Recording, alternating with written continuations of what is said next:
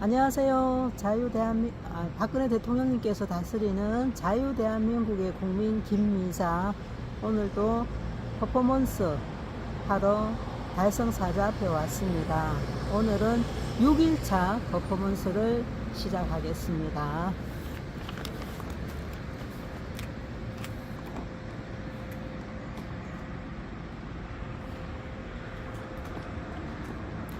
박근혜 대통령님께서는 대한민국의 희망이시다. 그리고 2017년 3월 10일 위헌 파면 선고에 대해 헌법수호 차원에서 헌재는 재조사해 줄 것을 국민의 한 사람으로서 강력히 촉구합니다.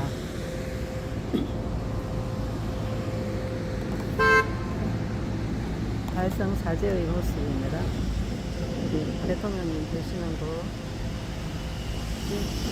저쪽에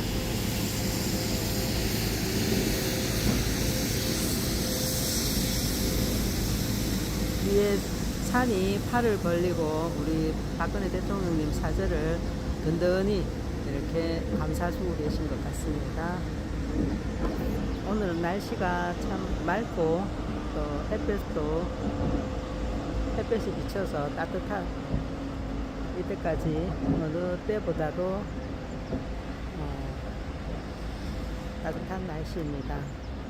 연초록색 나무들이 너무 신선함을 주고 참 좋습니다.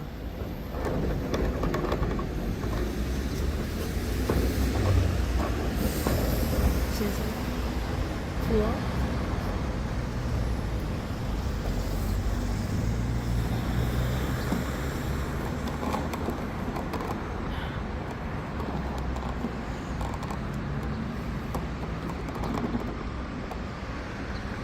이제 대통령님께 인사드리고 시작하겠습니다.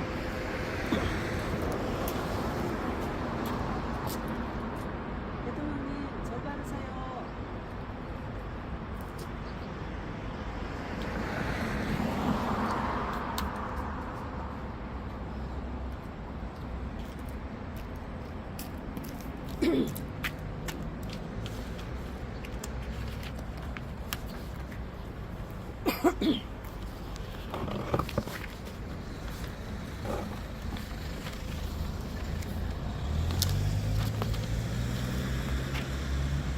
한 시간을 그냥 아무 계획 없이 하는 것보다는 그래도 조금 진행 순서를 만들어서 하면은 듣는 분들이 좀 덜 지루하고 또 알찬 시간을 이 한 시간을 알차게 만들 수 있지 않을까 생각돼서 진행 순서를 만들어 보았습니다. 먼저 이렇게 제가 이제 인사드리고 그 다음에 애국가와 또 미국 애국가 그리고 미국 애국가를 부른 이유는 지금 이 전쟁은 단순히 우리나라와 어떤 중국, 북한 이런 어떤 상대로 하는 전쟁이 아니고 그 차원을 넘어서 딥스테이트와의 전쟁입니다. 그 딥스테이트와 전쟁을 선포하신 분이 트럼프 대통령님이시고 또 우리는 그 트럼프 대통령님과 함께하는 애국자들이기 때문입니다. 그래서 미국 애국가 미국에도 두 개의 국가가 있었죠. 불법과 합법이. 그러니까 트럼프 대통령님이 지금 다시 정권 잡은 이 정권은 합법 정부인 것입니다. 그동안 바이든이나 그 외 오바마 등등 레이건하고 몇 명의 대통령 빼고는 전부 다 딥스테이트들의 하수인이었습니다. 그렇기 때문에 미국 애국가도 같이 부르는 것이 의미가 있다는 생각이 들어 미국 애국가도 넣었습니다. 그리고 세 번째는 우리 박정희 대통령님께서 나라와 국민을 사랑하면서 참 나라를 사랑하시는 국민들에게 더욱더 붙돋우기 위해서 작사 작곡하신 나의 조국을 부르고 그 다음에 이제 연설문을 읽어드리겠습니다. 이 연설문은 대통령님께서 우리나라를 어떤 식으로 이끌 것인가 하는 방향성을 제시하신 거기 때문에 들어보면 그 연설문 속에서 우리 대통령님이 하시고자 했던 모든 정책과 또 대통령님의 마음을 읽을 수가 있습니다. 그래서 굉장히 중요하다 생각하기 때문에 이 시간에 연설문을 읽어드립니다. 이 연설문이 짧은 경우는 전날 읽었던 거, 그러니까 오늘 읽을 거 읽고 시간이 많이 남으면 그 전날 읽었던 거 다시 한번 복습 차원에서 한번 더 읽어드리는 그런 시간을 갖겠습니다. 그리고 조금 시간 남았을 때 또 어떤 박근혜 대통령님에 대한 자료가 있으면 그거를 보충해서 좀 말씀을 드리고요. 마지막으로 나의 조국을 한 번 더 부르고 애국가 1절 부르고 그리고 마치는 걸로 하겠습니다. 그러면 먼저 애국가를 제가 부르겠습니다. 처음 애국가는 4절까지 하고 마칠 때는 1절만 하겠습니다. 동해물과 백두산이 마르고 닳도록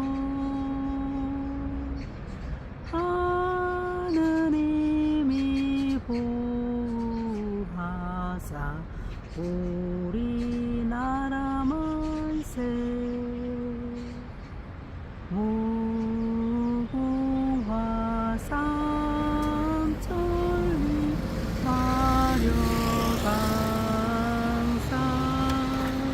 이리 고정하세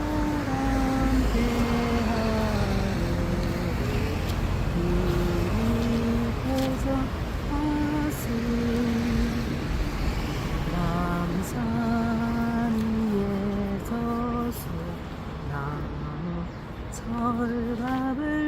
두른 듯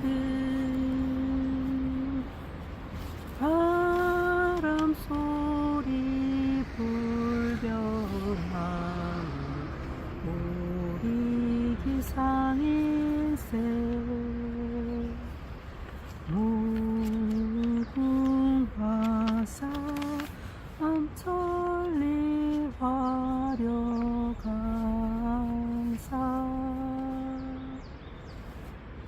대한 사람 대한으로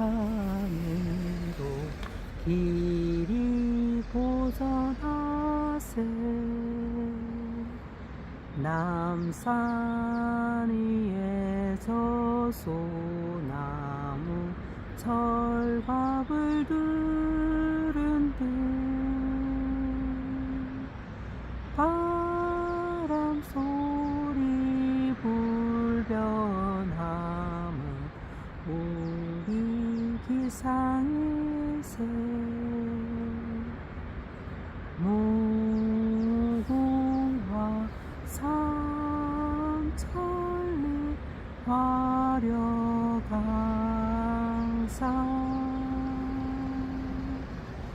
대한 사람 대한으로 길이 보전하세 가을 하늘 공팔한데 높고 구름 없이 밝은 달은 우리 가슴 일편 당심일세 무궁화 삼천리 화려강산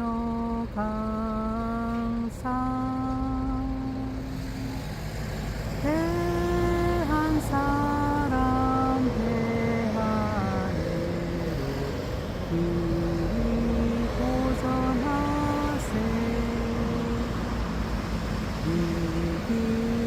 비상과 이 마음으로 충성을 다하여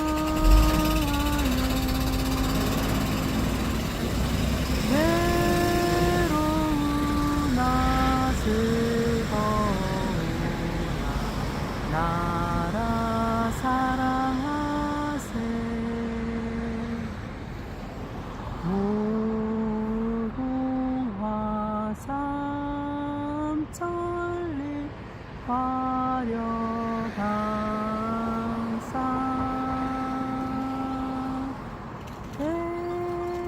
대한사랑 대한으로 길이 보전하세 이번에는 미국 국감 1절만 하겠습니다. 제가 영어 발음이 좀 이렇게 좋지는 않아요. 그것보다도 의미 전달이 중요하니까 부르겠습니다. Oh, say can you see by the dawn's early light was so proudly at the twilight last spring, whose broad stream is star to the pouring night. Oh, the lamps we once were so gallantly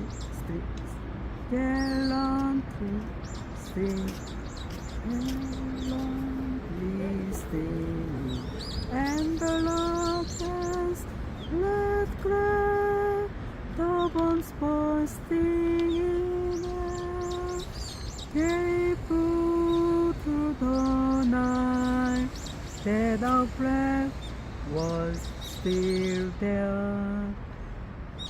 Oh, say does the star-spangled banner yet wave over land of blue and the whole of the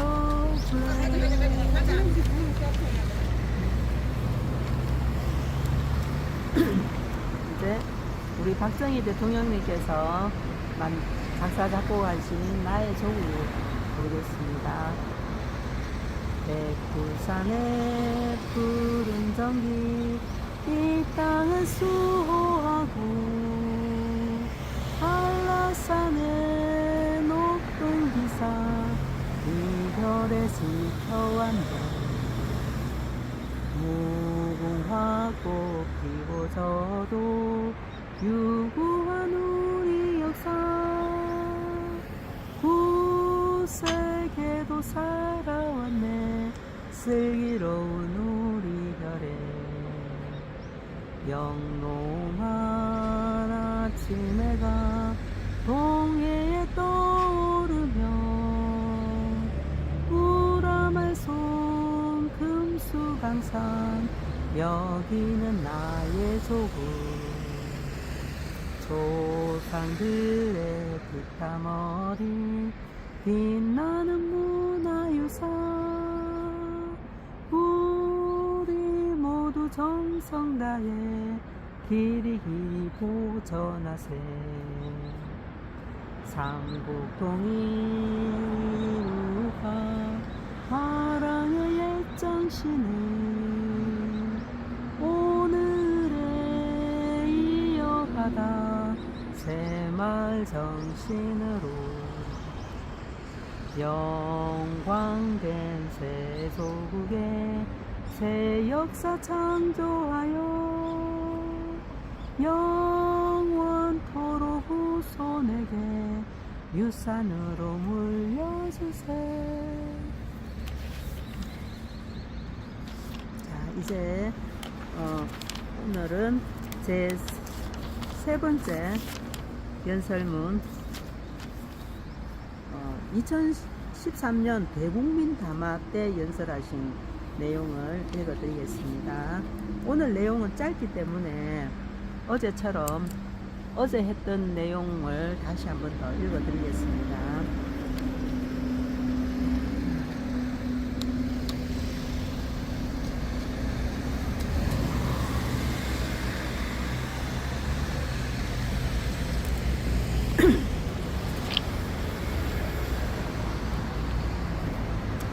2013년 대국민 담화. 박근혜 대통령님은 정부 조직 개편 힘겨루기로 마비된 정국의 정면 돌파를 위해 대국 담화 카드를 빼어들었습니다.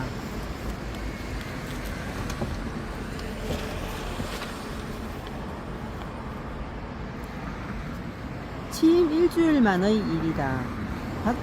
박근혜 대통령님은 민주통합당 현 더불어민주당의 방송진흥미래부 이관 반대로 정부 조직 개편안 처리가 34일이 지나도록 공전하자 국정 차질 장기화를 우려하여 국민을 상대로 직접 호소하는 길을 선택했다. 그러니까 이 더불어민주당이 그때 당시 민주통합당이죠. 박근혜 대통령님께서 그 정부 조직 개편안 처리를 처리해 줄 것을 상정했는데 그거를 계속 미루었던 거죠. 그래서 안 되겠다 싶어서 국민들께 호소하는 거죠. 이날 박근혜 대통령님의 정부의 상징적인 미래창조과학부의 기능을 둘러싼 논란 끝에 김종훈 장관 내정자가 결국 사퇴한 날이기도 하다. 이 김종훈 장관 이분이 외국에서 정말 이렇게 공부를 많이 하시고 IT 산업 이런 데 굉장히 훌륭한 능력이 있으신 분이었었는데 그래도 이 더불어민주당에서 끌어내리기 식으로 그러니까 흠집을 찾을 게 없어서 자기 부인 것까지 어떤 뭐 건물 사는 거 이런 거 갖고도 막 물고 늘어져 가지고 결국은 자기가 힘든 건 괜찮은데 가족이 힘드니까 도저히 못 견디겠다 하면서 사퇴를 하신 거거든요. 정말 너무너무 안타깝고 화가 나는 일이죠.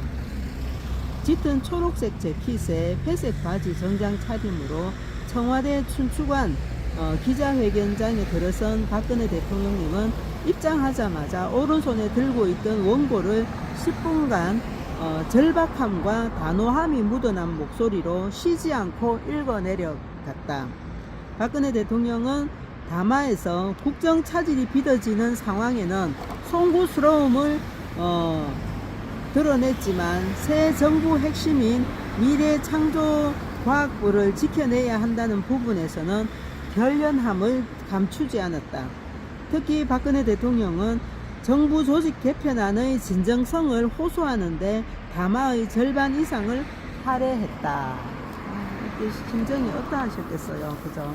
자, 그 담화문을 우리가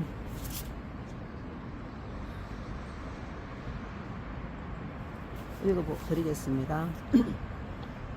존경하는 국민 여러분, 오늘 새 정부가 출범한 지 일주일째 되는 날입니다. 산적한 현황과 국민의 삶을 챙겨야 할 이 시기에 저는 오늘 참으로 안타깝고 송구스러운 마음으로 국민 여러분 앞에 섰습니다. 지금 북한의 핵실험과 연이은 도발로 안보가 위기에 처해 있고 글로벌 경제 위기와 서민 경제도 매우 어려운 실정입니다. 우리가 극복해야 할 현황과 국민 경제가 위협받고 있는 상황에서 새 정부 출범 일주일이 되도록 정부 조직법 개정안이 국회를 통과하지 못해 국정에 심각한 차질이 발생하고 있습니다. 얼마나 답답하셨겠어요. 이것은 헌정사상 초유의 일입니다. 새 정부가 국정 운영에 어떠한 것도 진행하지 못하고 있는 현실에서 여야 대표들과의 회동을 통해 발전적인 대화를 기대했지만 그것도 받아들여지지 않는 상황에 대해 대통령으로서 큰 걱정과 함께 책임감을 느낍니다. 국회는 국민을 위해 존재하는 것이고 대통령 또한 그 책임과 의무가 국민의 안위를 위하는 것인데 국민 여러분께 심려를 끼쳐드려서 대단히 송구스럽습니다. 조금 전 김종훈 미래창조과학부 장관 내정자가 사의를 밝혔습니다. 미래 성장 동력과 창조 경제를 위해 삼고 초려해온 분인데 우리 정치의 현실에 좌절감을 느끼고 사의를 표해 정말 안타깝게 생각합니다. 앞으로 우리가 새 시대를 열어가고 국가 경쟁력을 높이는 데는 인적 자원이 가장 중요합니다.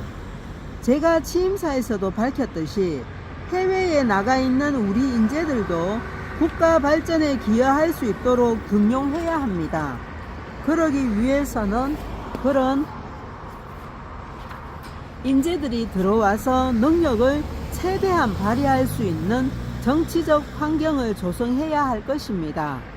조국을 위해 헌신하려고 들어온 인재들을 더 이상 좌절시키지 말아야 합니다. 국민 여러분, 이번에 마련한 정부 조직 개편안은 오랜 고심과 세심한 검토 끝에 만들어진 것입니다.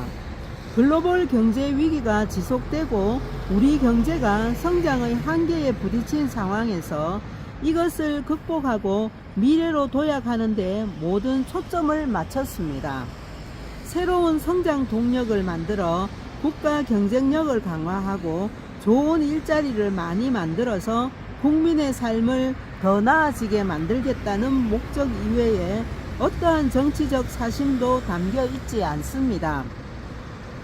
일부에서 주장하는 방송 장악은 그것을 할 의도도 전혀 없고 법적으로도 불가능합니다. 그 문제는 이 자리에서 국민 앞에서 약속드릴 수 있습니다. 방송을 장악했다 하는 것은 민주당의 억지죠. 주장이죠. 대통령님은 그렇게 안 하셨습니다.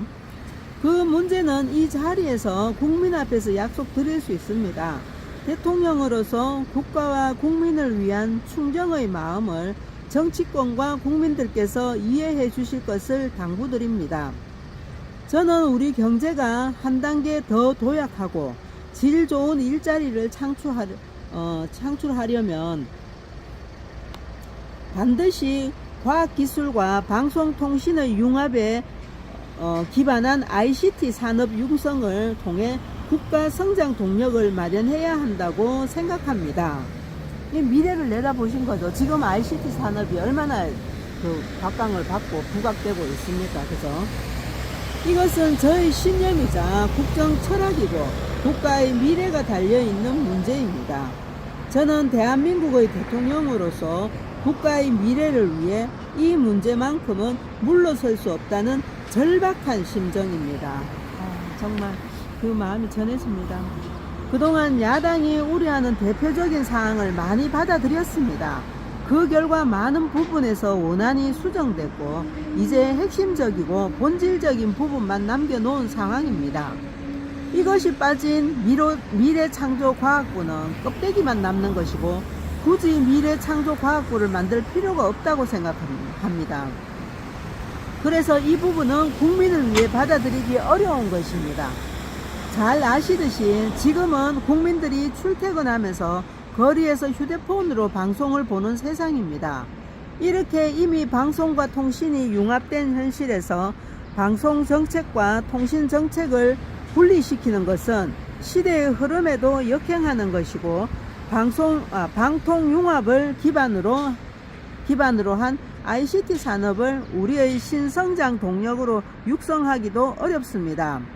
그것을 통해서 새로운 시장과 서비스를 만들고 질 좋은 일자리도 창출하겠다는 새 정부의 국정 운영도 차질을 빚게 됩니다. 국민들의 경제 살리기 열망에도 부응하지 못하게 되고 우리 경제는 방향을 잃게 될 것입니다.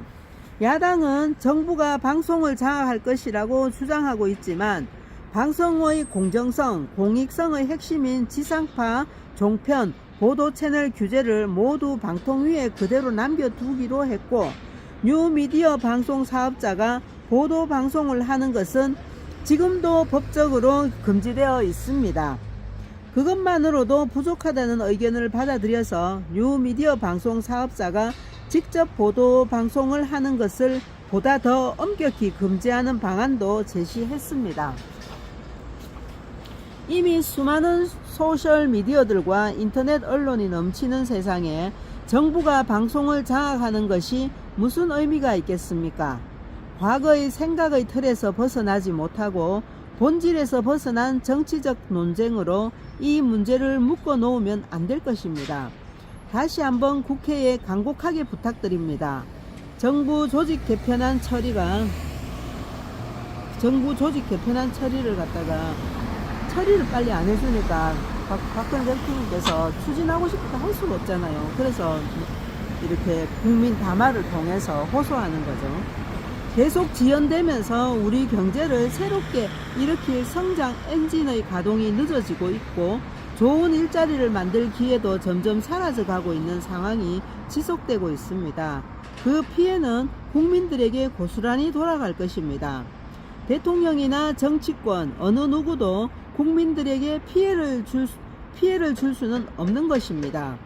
대통령과 국회는 국민들을 대신하는 의무를 부여받은 것이지 국민들의 권리까지 가져갈 수는 없습니다.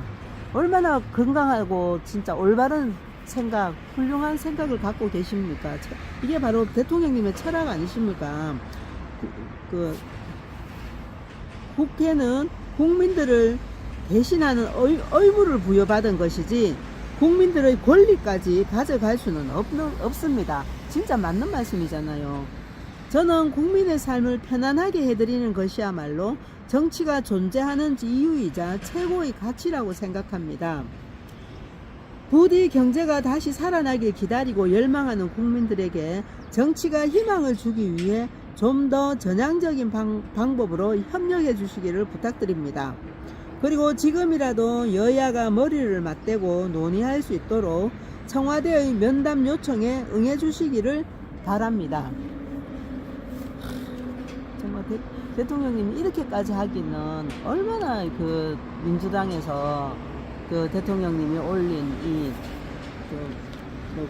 국민 정부 조직 개편안을 가지고 미루고 반대하고 했는지. 저는 지금 우리에게 주어진 하루가 앞으로 10년, 100년의 미래를 좌우할 수 있다고 생각합니다. 한시가 급하고 분초가 아까운 상황입니다. 본질과 관계없는 논쟁으로 시간을 늦추고 미루다가는 국제 경쟁력에서 뒤처진다는 절박한 저희 심정을 국민 여러분께 호소드립니다. 하루빨리 정부 조직 개편안이 국회를 통과할 수 있도록 국민 여러분께서도 힘을 모아주실 것을 부탁드립니다. 앞으로 국민들께 희망과 꿈을 안겨드리는 새 정부가 될 수 있도록 최선을 다하겠습니다. 감사합니다. 참 이런데 가슴이 멍멍해집니다. 얼마나 절박한 심정으로 정말 나라를 바르게 잘 세우고 싶고 정말 국민들을 위해서 일을 하시고 싶은데 막고 있잖아요. 지금 협력해갖고 더 잘하실 수 있도록 도와주지는 못할 망정 이런 식으로 참 대통령님이 일을 방해하셨던 거죠. 에이, 정말 나쁜 놈들.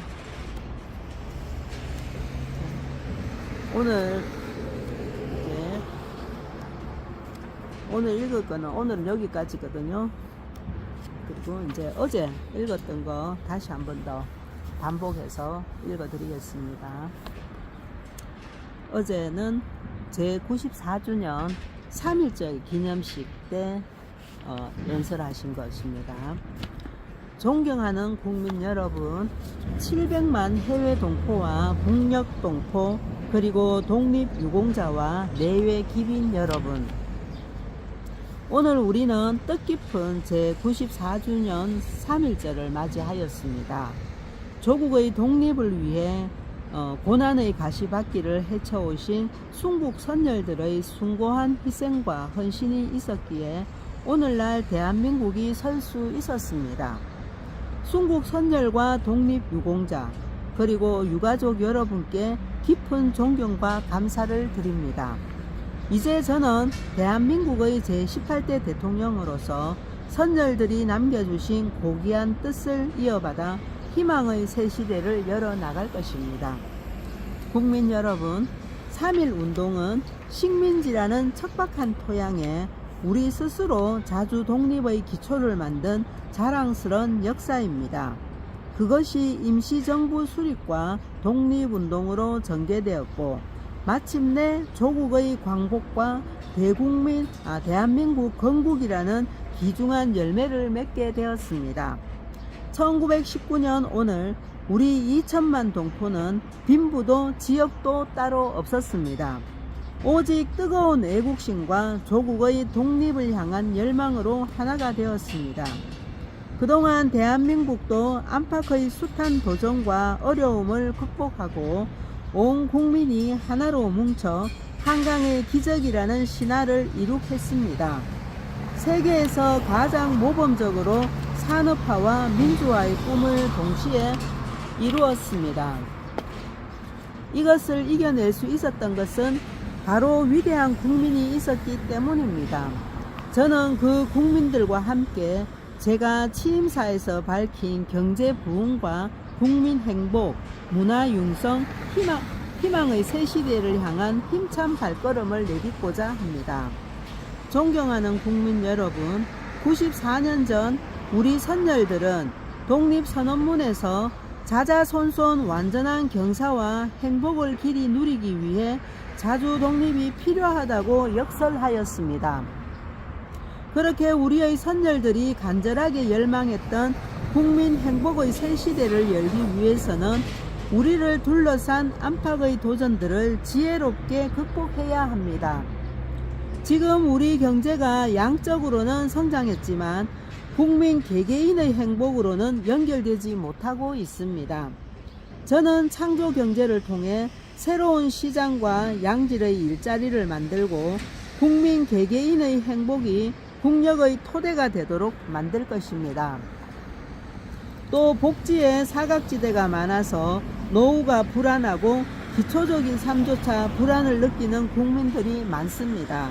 새 정부는 맞춤형 복지 시스템을 구축해서 국민 누구나 기본적인 삶은 안정적으로 보장받을 수 있도록 할 것입니다. 우리는 5천년의 빛나는 전통 문화를 갖고 있습니다.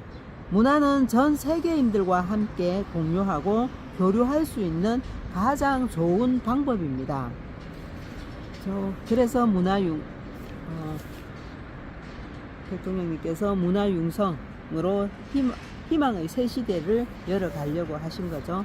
이 문화는 전 세계인들과 함께 공유하고 교류할 수 있는 가장 좋은 방법이었기 때문이죠.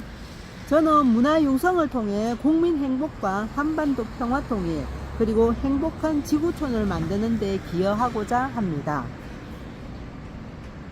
우리 민족의 얼과 정신을 되살려서 국민 누구나 삶 속에서 문화의 향기를 누릴 수 있고 문화를 통해 국민이 하나가 되고 세계인이 함께 할 수 있는 문화융성 시대를 만들어 가겠습니다. 존경하는 국민 여러분, 이 역사는 자기 성찰의 거울이자 희망의 미래를 여는 열쇠입니다. 한국과 일본, 양국 간의 역사도 마찬가지입니다. 지난 역사에 대한 정직한 성찰이 이루어질 때 공동 번영의 미래도 함께 열어갈 수 있습니다. 가해자와 피해자라는 역사적 입장은 천년의 역사가 흘러도 변할 수 없는 것입니다.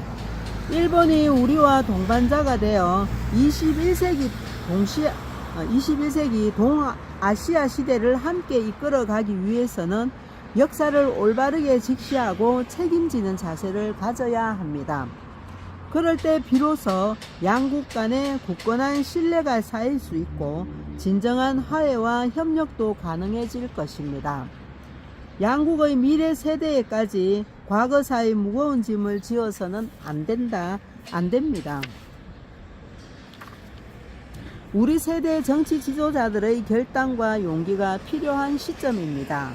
한국과 일본이 아픈 과거를 하루빨리 치유하고 공영의 미래로 함께 나갈 수 있도록 일본 정부는 적극적인 변화와 책임 있는 행동을 해야 할 것입니다.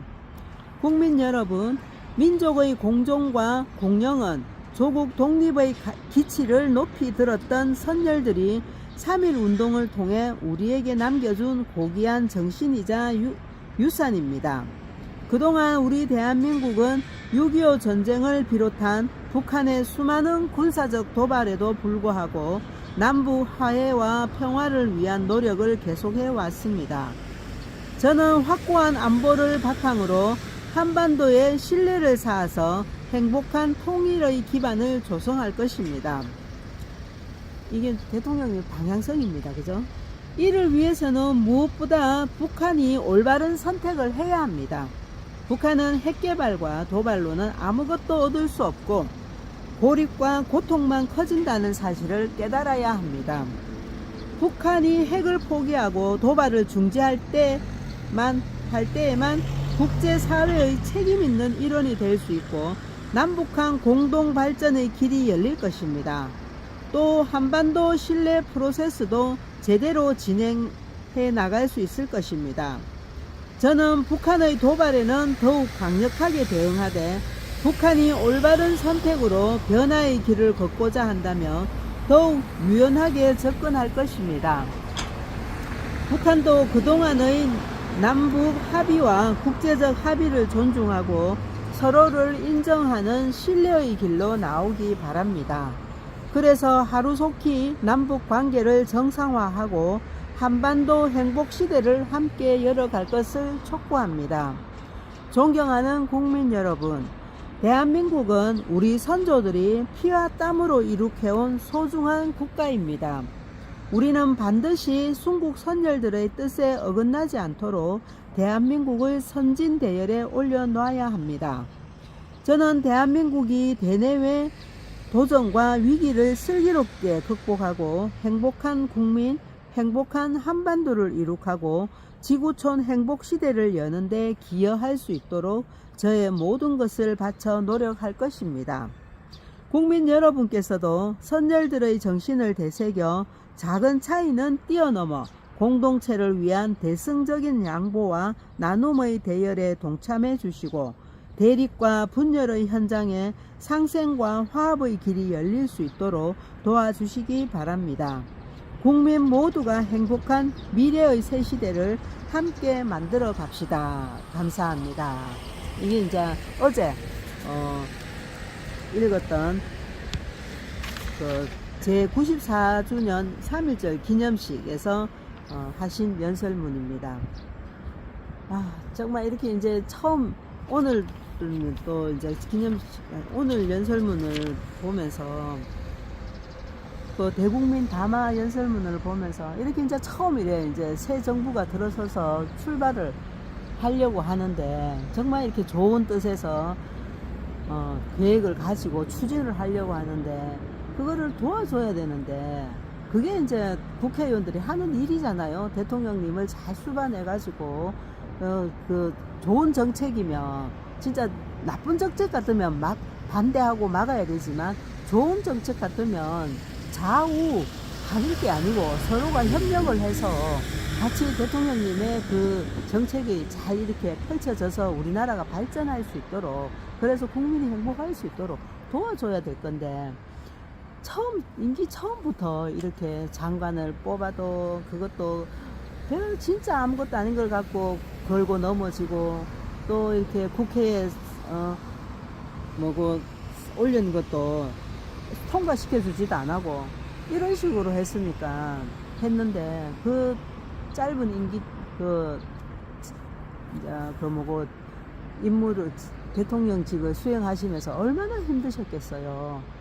그럼에도 불구하고 정말 어마어마한 업적들을 많이 이루신 거 보면 정말 우리 대통령님 너무너무 훌륭하시다. 정말 보기에는 이렇게 진짜 너무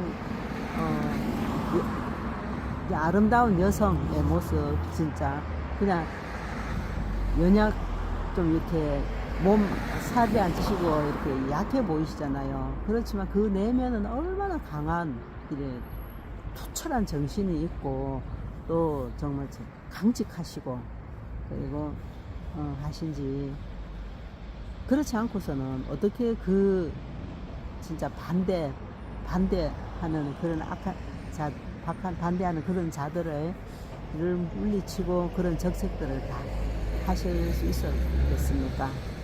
제일 큰 게 그 중에서 많은 업적 중에서 보면은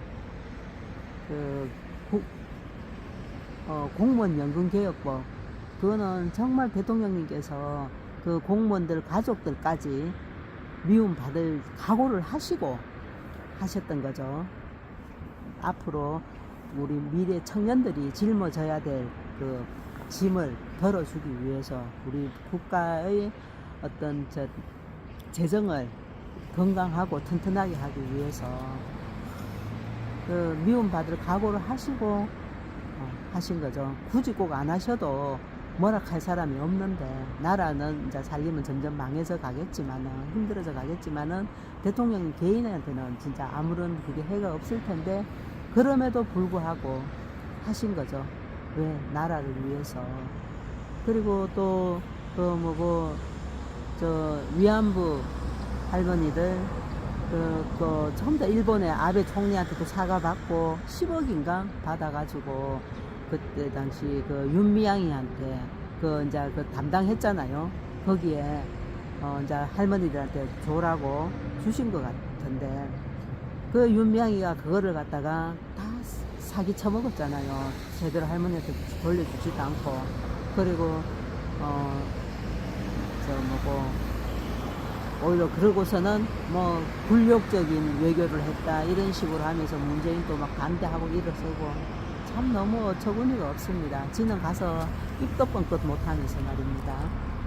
그리고 또 지소미아 체계를 통해 가지고 우리나라가 이렇게 마지막으로 하신 게 지소미아 체결인데, 그거를 해놓고 가셨기 때문에 대통령님은 안도를 하셨다 하셨거든요. 그만큼 우리 국방을, 우리 안보를 지키셨던 거죠. 그 지소미아 체결이 있었기 때문에. 문재인이 이 지소미아 체결을 파기하려고 얼마나 발버둥 쳤습니까?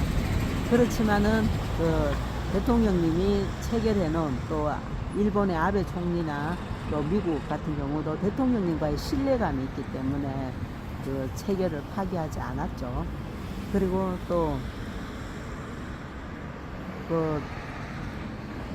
보람의 비행기도 우리나라 기술로 만든 거, 처음으로 만들었는 거, 그거를 처음에 문재인이는 돈도 없는데 하면서 또 막 반대했었죠. 옛날에 김대중이가 우리나라 박정희 대통령님께서 보통 참 고속도로 만들 때 반대했듯이 그랬는데, 결국은 그게 만들어지고 하니까 지가 취임사 이제 처음 만들어 가지고 그 축하하는 그 행사에서 꼭 마치 자기가 했는 것 듯이 공치사를 자기가 받고. 그리고 또 이제 전시작전권도 미국에, 우리가 그 평화협정을 정전이 아니고 지금 그건 제가 좀 다음에 조금 더 알겠는데 설명을 못하겠고 좀 더 알아보고 나중에 말씀드릴게요. 그리고 정말 또 너무 많은데, 하여튼 기회가 되면 제가 또 박근혜 대통령님의 업적에 대해서 좀 정리해가 와가지고 말씀해 드릴게요. 오늘은 이제 용인수지님, 웅각스쟁님께서 박근혜 대통령에 대해서 제대로 알고 있나라는 제목으로 글을 쓰신 게 있어요. 우리 국민들이 박근혜 대통령님을 많이 오해하고 있는 부분, 그 부분을 정말 이렇게 잘 지적해서 적어 놓으신 거라서 제가 좀 가져왔습니다. 이거를 읽어 드릴 테니까요. 이 글을 보신 분들도 있으실 테고, 아직 못 보고 박근혜 대통령님을 좀 오해하는 분도 있으실 수 있으시니까 제가 이 내용을 읽어 드릴 테니까요. 혹시 주변에 박근혜 대통령님에 대해서 오해하고 있는 사람들한테 많이 좀 전해주세요. 우리 박근혜 대통령님이 어떻게 일하셨는가를 우리 국민들이 바로 깨달아야 됩니다. 얼마나 고마우시고 훌륭한 분이신데요. 자, 그러면 제가 이 웅각 선생님의 글을 읽어 드리겠습니다. 제목은 박근혜 대통령 제대로 알고 있나? 입니다. 구국의 영웅 대통령 박근혜. 대한민국 국민들은 박근혜 대통령에 대해서 얼마나 많이 알고 있을까? 좌파들은 거론할 가치조차도 없지만 명색이 보수 우파라고 하는 사람들 중에서도 박근혜 대통령을 두고 무능하다, 죄가 많다, 사람 보는 눈이 없다고 평가하는 사람들이 많다. 또 심지어는 부당한 탄핵에도 불구하고 박근혜가 나라를 망쳤다면서 석고대죄하라, 자결하라고 대놓고 막말을 퍼부은 사람들도 있었다. 불법 탄핵을 가한 가해자를 비난하기에 앞서 탄핵을 당한 피해자에게 그 책임을 뒤집어 씌우는 참으로 고약한 심보가 아닐 수 없다. 그런데 더 큰 문제는 조중동이나 국회의원 300명 그 누구도 박근혜 대통령이 이미 나라를 2번이나 구했다는 놀라운 진실에 대해서는 한결같이 눈 감고 있다는 사실이다. 그렇다면 여기서 박근혜 대통령이 이미 2번이나 나라를 구한 팩트를 한번 체크해 보자. 첫째는 정전협정을 평화협정으로 전환하자는 미국 오바마 정권의 제의를 뿌리치고 나라를 구했다. 여기에 나오네, 그죠? 아까 제가 미처 설명을 못했던 거. 2016년 초 당시 미국 오바마 정권이 중국의 시진핑과 북한의 김정은의 합작인 북핵을 현 상태로 동결하는 선에서 정전협정을 평화협정으로 전환하고 미군을 철수하기로 합의한다. 이게 오바마 정권이 중국의 시진핑과 북한의 김정은과 합의한 거예요. 그래서 그래 합의하고 북핵을 현 상태로 동결하는 선에서 정전협정을 평화협정으로 전환하고 미군을 철수하는 것으로 합의했습니다. 이거는 박근혜 대통령님의 의사는 우리나라 그 의사는 물어보지도 않고 저끼리 이렇게 합의를 한 거죠. 정전협정 당사국 3개국이 협의를 끝내놓고 그해 5월 4일 당시 오바마 정권의 국가정보국장인 제임스 클래퍼를 보내 당시 박근혜 대통령의 동의를 구했지만 박근혜 대통령은 이런 지하에 거절한다. 그렇죠. 당연히 거절해야 되죠. 우리 대통령님은 이렇게 확실하신 분입니다. 아주 단호하신 분이죠. 이런 말도 안 되는 이런 일에는. 박근혜 대통령은 그 자리에서 북핵을 완전 폐기하지 않고는 절대 동의할 수 없다고 못을 박아버린다. 얼마나 대범하십니까? 만약 그때 박근혜 대통령이 미국 오바마 정권의 압박을 받고 평화협정에 동의해 주었다면 나라는 이미 적화되고 말았을 것이 아닌가. 미군이 철수한다면 적화는 한 달이면 충분하다. 옛날에 6.25가 일었을 때도 미군이 철수하고 진짜 한 달 만인가 우리 북한에서 쳐내려왔잖아, 그죠?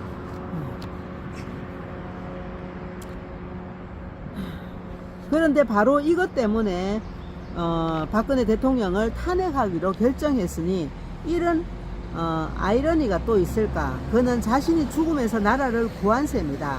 이것이 바로 살신성인의 진정한 자세가 아닐까?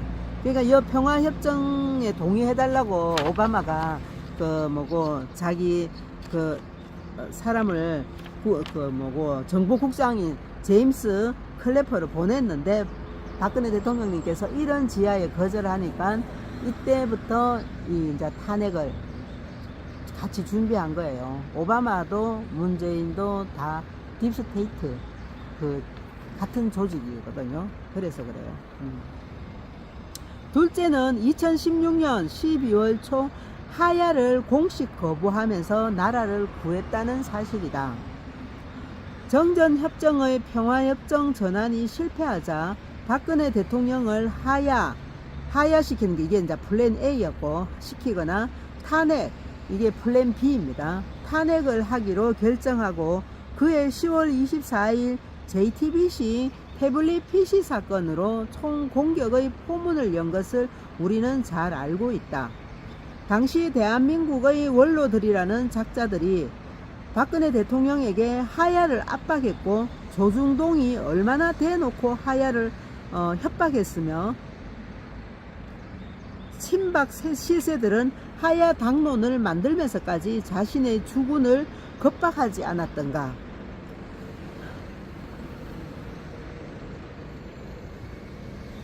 그러니까 김무성이나 하여튼 이 보고 박근혜 대통령님의 저 뭐 편이 돼줘야 될 그때 한국당이었나요? 그쪽에서도 그러니까 같은 편이 돼가지고 박근혜 대통령님께 겁박을 한 거죠. 박근혜 대통령이 자신의 명예만 생각했다면 진작 하야를 결심했을 것이다. 그러나 12월 6일 오전 박근혜 대통령은 탄핵을 받겠다면서 하야를 거부하여 나라를 절제절명의 위기에서 또 구했던 것이다. 이 탄핵당할 죄도 안 지으셨는데 이 하야를 하면은 나라가 적들한테 바로 넘어가니까 내가 그 탄핵당할 그 죄도 안 지으셨지만 탄핵을 받겠다. 스스로 받겠다고 말씀하신 거죠. 아, 정말.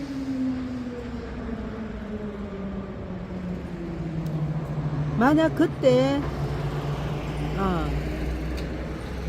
자신의 명예만 생각했다면 나라를 절제절명의 위기에서 또 구했던 것이다. 만약 그때 그분이 하야를 결단했다면 이미 이원 집정제, 내각제 개헌이 되어 나라는 꼼짝없이 전쟁 없는 중공 속국이라는 파멸의 길을 걷고 있을지도 모른다.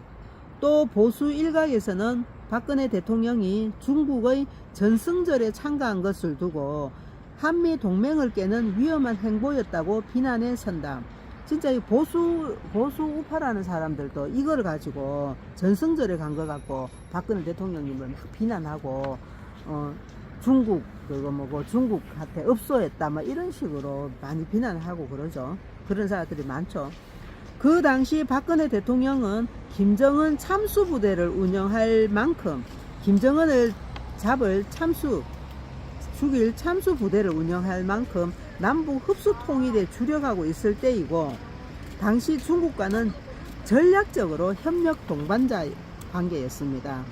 이 국가 간에는 또 이게 영원한 동반자도 없고 영원한 적도 없어요. 전략적으로 서로가 필요할 땐 또 이렇게 같이 동반자가 되어서 또 다른 그 진짜 쳐야 될 곳을 또 치기도 하고 이게 이제 정치 아닙니까, 그죠?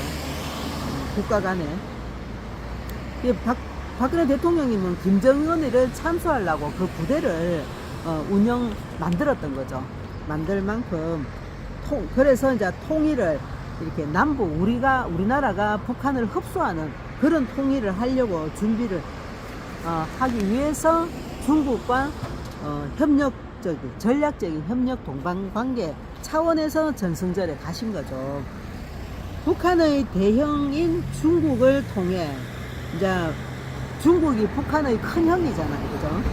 북한을 압박하는 고차원 EJ 외교술이었다는 것을 전혀 모르는 어리석은 단견이었다. 오랑캐를 EJ가 뭐냐면은 오랑캐를 이용하여 오랑캐를 제압한다 이것입니다. 노태우 시절의 북방 정책을 잊었는가? 노태우는 되고 박근혜는 안 된다는 발상이 아닌가? 모두가 조중동의 프레임, 우리나라 조중동이 진짜 문제죠. 프레임 씌우기 전략이었음을 우리는 알아야 한다. 박근혜 대통령의 무시할 수 없는 업적은 또 있다.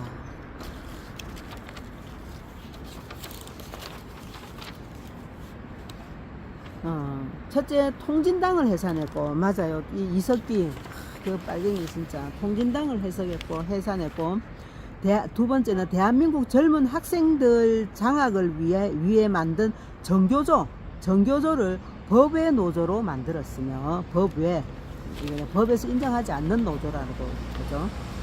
그리고 세 번째는 괴뢰국가 북한의 젖줄인 개성공단까지 폐쇄 조치하고 이 개성공단에서 이게 처음엔 좋은 뜻에서 이게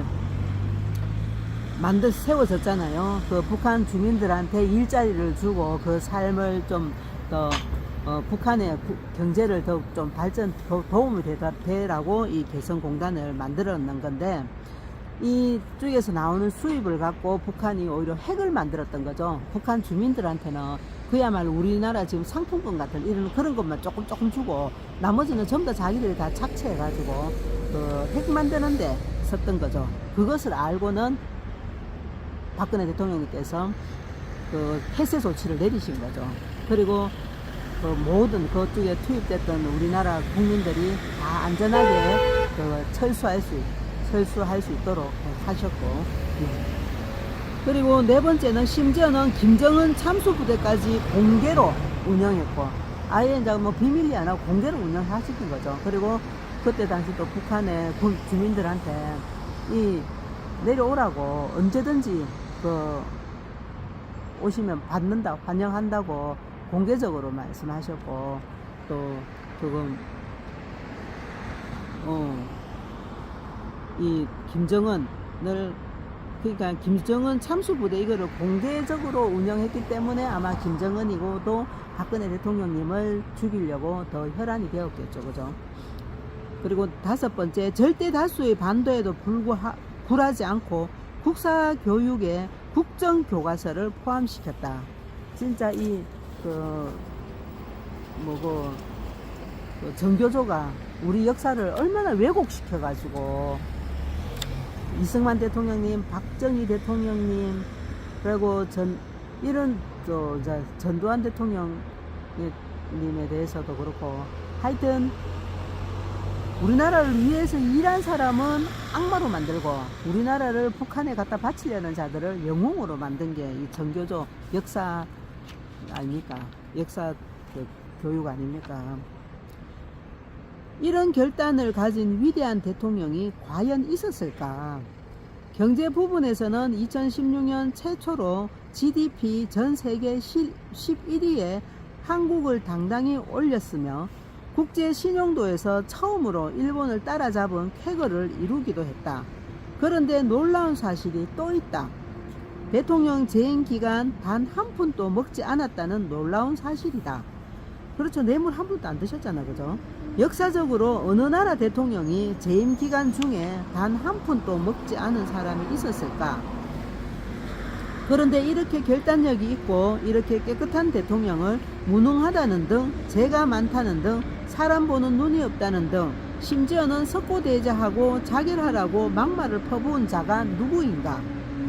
드러난 진실에는 애써 눈 감고 적들이 깔아놓은 좌우 이분법 이재의 무대에서 적들의 주구가 되어 적들의 장단에 놀아남으로써 위대한 대통령을 우리 스스로 표명하고 말았던 것이 아닐까.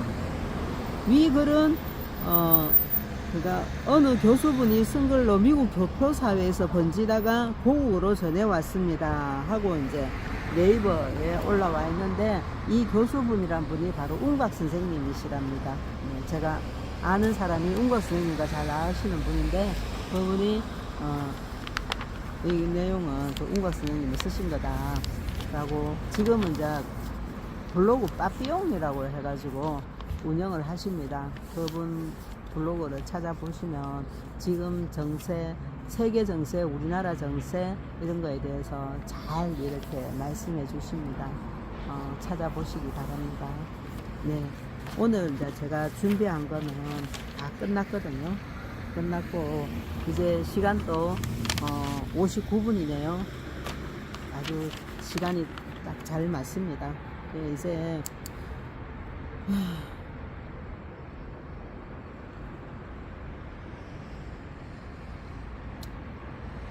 박근혜 대통령님께서 좋아하는 사람은요, 박근혜 대통령님께 커피 한 잔 사주는 사람이 아니고 시류에 따라 왔다 갔다 하지 않고 이렇게 정말 이렇게 소신을 갖고 원칙을 갖고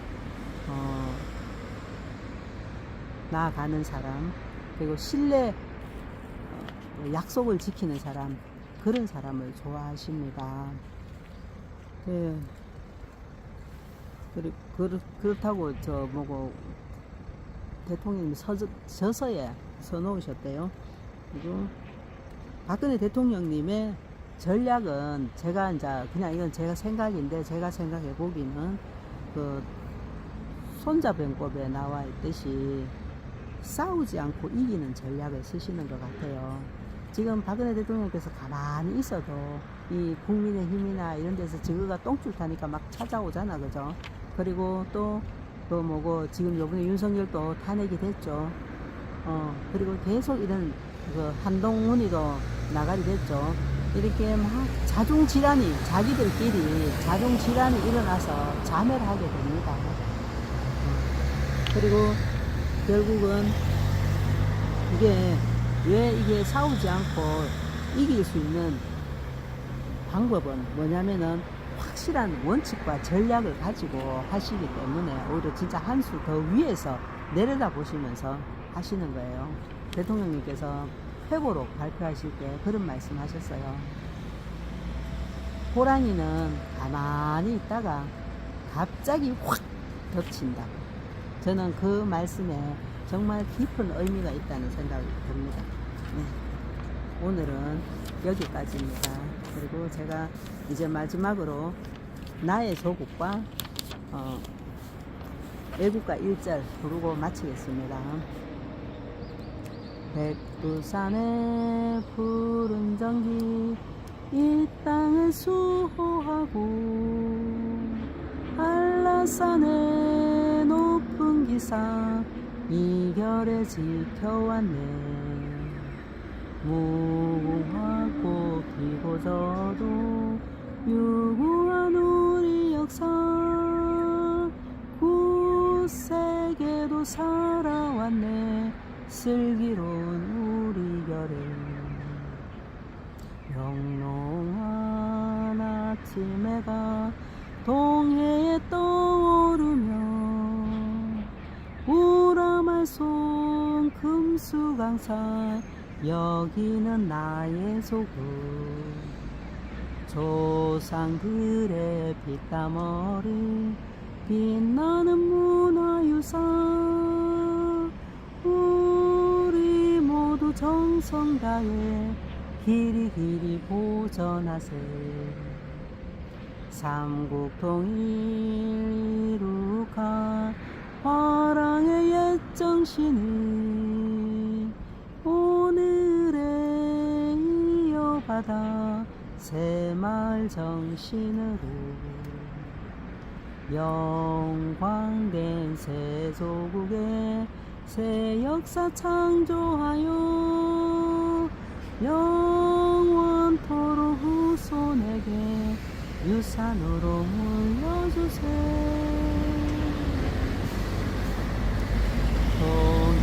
동해물과 백두산이 마르고 닳도록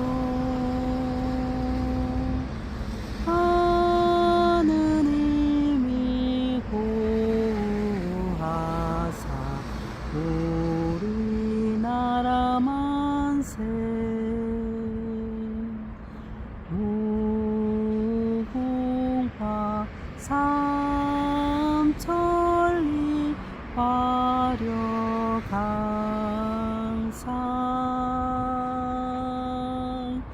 대한 사람 대한으로 길이 보전하세. 우리 대한민국의 희망은 박근혜 대통령님이십니다.